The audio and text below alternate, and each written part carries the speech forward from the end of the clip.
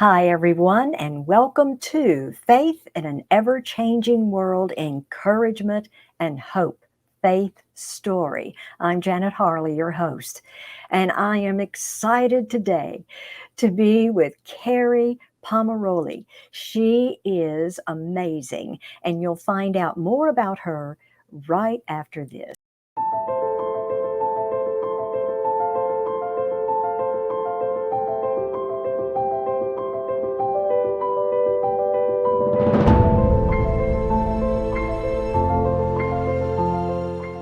Kerri Pomarolli is a national headlining stand-up comedian who has worked with everyone from Jay Leno, Jim Carrey, Sherry Shepherd, Carol Channing, and Jerry Lewis. Her latest book came out with the hit movie Mom's Night Out, starring Sean Astin. She's a screenwriter who sold her second film script to the Hallmark Channel. She's very passionate about her faith. Kerri, thank you so much for joining me this morning. And I know it's early where you live. Well, when you have two kids, your day Yeah. starts very, very Yes. early. Oh, thank you. And if you will, Kerri, please share your faith story with us.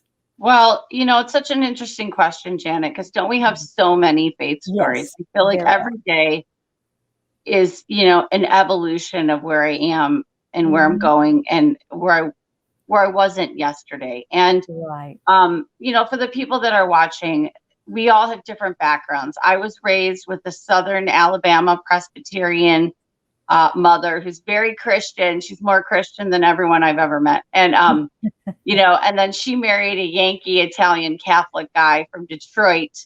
And then they sent me to Dutch Christian Reform School. So being the only Italian kid in the Dutch Christian Reform School was good training to be a comedian, I guess you could say. But I did get a Christian education and I did go to mass and I went to church and I really just got that appreciation that God is God, Jesus is Jesus. Mhm. We need to not get caught up in the details and the legalism of what denomination. Traveled to Europe and did shows all over, and then loaded up the truck and moved to Los Angeles when I was 22. And this was before GPS. So my dad drew me a map with the magic marker, and then they drove back. They drove back home, and that was, and Wow. I'm my generation. We're scrappy, so I worked 3 jobs and tried to make ends meet. And I got on some shows, General Hospital and Young and the Restless, and Yeah. I did have a faith relationship with God. I always felt like that was, important, but not my core value 7 days a week. I could go on Sunday and do my time, unless there wasn't a parking spot. And then I was like, well, God, I guess I wasn't supposed to go to church. And God was like, well, maybe you could be on time. But around the Yeah. age of 25, I got invited to this little church down at Redondo Beach, and they had potluck dinner. So as a good Southern girl, I'm like, I'm in. Uh, Mm. yeah, except Californians, they don't know how to potluck, Janet. They do things like hummus. Oh, They do things like hummus and carrots. It's terrible. oh, Uh, so I was looking for deviled eggs. And so anyway, yes. uh, this church really changed my Casseroles. life. It was not the kind of church I was raised in. The pastor wore a Hawaiian shirt. People had blue jeans. They were raising their hands. I was like, it's a cult. And Oh, I really feel like I met the real Jesus in 3D during those years in my mid 20s. And I was acting and doing movies and, just being an actor, I guess, mhm. out here in Los Angeles. And through that faith journey of falling in love with Jesus, I really feel like that was a God moment when I Yeah. started doing stand-up comedy, because I wanted to be clean and the things that I was being offered were not appropriate as Mhm. an actor. And I was like, how am I going to make a difference as a Christian in this world? I mean, there's only Yeah. 4 of us in Hollywood, 4 Christians. Mm. And I started doing stand-up comedy, and that really became just a journey of faith, because I was very out of the closet about who I am faith wise, very out of the closet about my faith. And I guess I made it funny, And Yeah. so the next thing, Sherry Shepherd and people like comedian Bone Hampton were taking me on the road they're like, you can do comedy in churches, which I didn't think you were allowed to laugh in a church. And so I was like, really? And there's this whole like subculture of church comedy. And but I never stopped keeping my foot in the door of Hollywood. And I wrote my first books back then, and I've been writing books ever since. And I became a screenwriter, and God has just opened up all sorts of doors. But the whole thing has been about me sharing God. So if I have a microphone, I will share the gospel one way or the other. Even if I'm in a club, I'll find some way to give God glory, or if I'm in a church. And I really feel like God has shown me that your ministry doesn't have to be from a pulpit. It could be just where you are in the back of a comedy club at 11 o'clock at night. It could be driving carpool. It could be to your neighbors. And so it's been an evolution of being a faith-filled person out here in California, and just asking God, where does he want me to go? I've been a writer now for the Hallmark Channel. I have some projects that might be going out at Netflix. So I have a partner. She's a Christian. We write movies, and we're writing a television project right now. We always have the element of faith in everything that we write. It may not be overt, like in your face, but we just feel like God has to be glorified in everything we do. Awesome. That is awesome. And God is absolutely using you. I mean, I could have filled our time just introducing you with everything that God has had you doing. And I know that you've been in a lot of the LA's hottest comedy clubs. And I think your first gig was at Hollywood Improv. Yep. And it would not be uncommon to be at the Hollywood Improv and look over at my table in the dark, and Robin Williams was there, or Chris Rock, or just incredible comedians. And the sad fact is, it's not all glamorous. You'd see them drinking a lot and doing drugs, and they're just not always content, because I feel like that doesn't fill your soul. Just the art of comedy doesn't fill your soul. Yeah, exactly. Yeah, they need the Lord. And I think that's why he has you in LA, in Hollywood, in all these places, so that you can give him the glory and share that gospel with these folks who need it so much.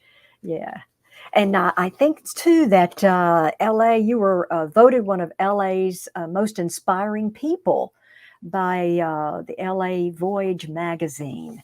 And that's wonderful. See, God is blessing you all the way through this journey that he has you on. Thank you.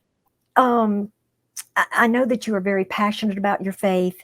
And you've had your latest 2 books, Confessions of a Proverbs 32 Woman. I think I need to get that. That's great. And she rises late and her kids make her breakfast.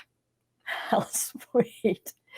Oh my goodness. Devotionals for the Proverbs 32 Woman. And you are a bestseller. That's on the bestseller list on Amazon.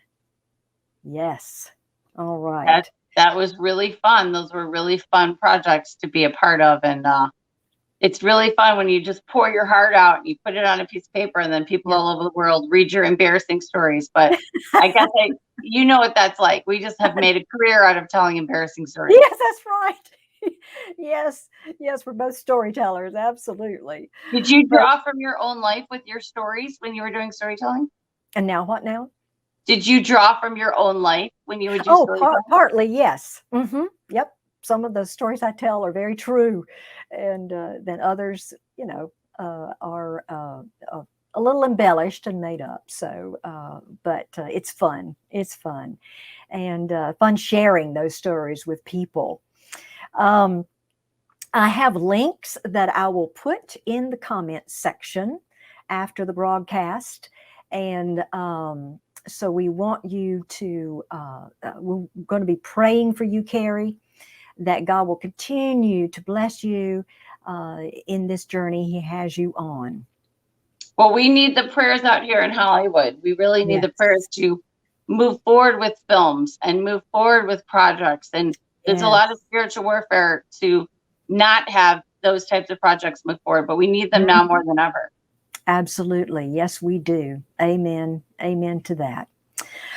Before we leave, Kerri, one thing, what is one way or one thing that we can do to hold on to our faith in this ever changing world? I think the word that comes to mind, Janet, is community. I feel very Mhm. strongly that after the isolation that we've gone through in these past months, the community is more important than ever. And Absolutely. I think people need to find their community intentionally, not Yes. just, oh, I'm going to show up on Sunday and leave, but join a small group, have a prayer partner. If you can't get out Mhm. of your house, make somebody a phone call. We're going to pray. You know, my Yes. daughter's in fifth grade and she goes to a small little Christian school, and I made an appointment with her teacher once a week. We're going to pray together for the fifth grade class. I think it's about being intentional.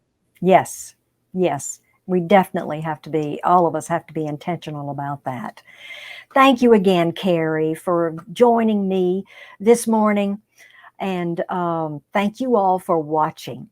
Have faith and look up, friends, where our help comes from. Bye.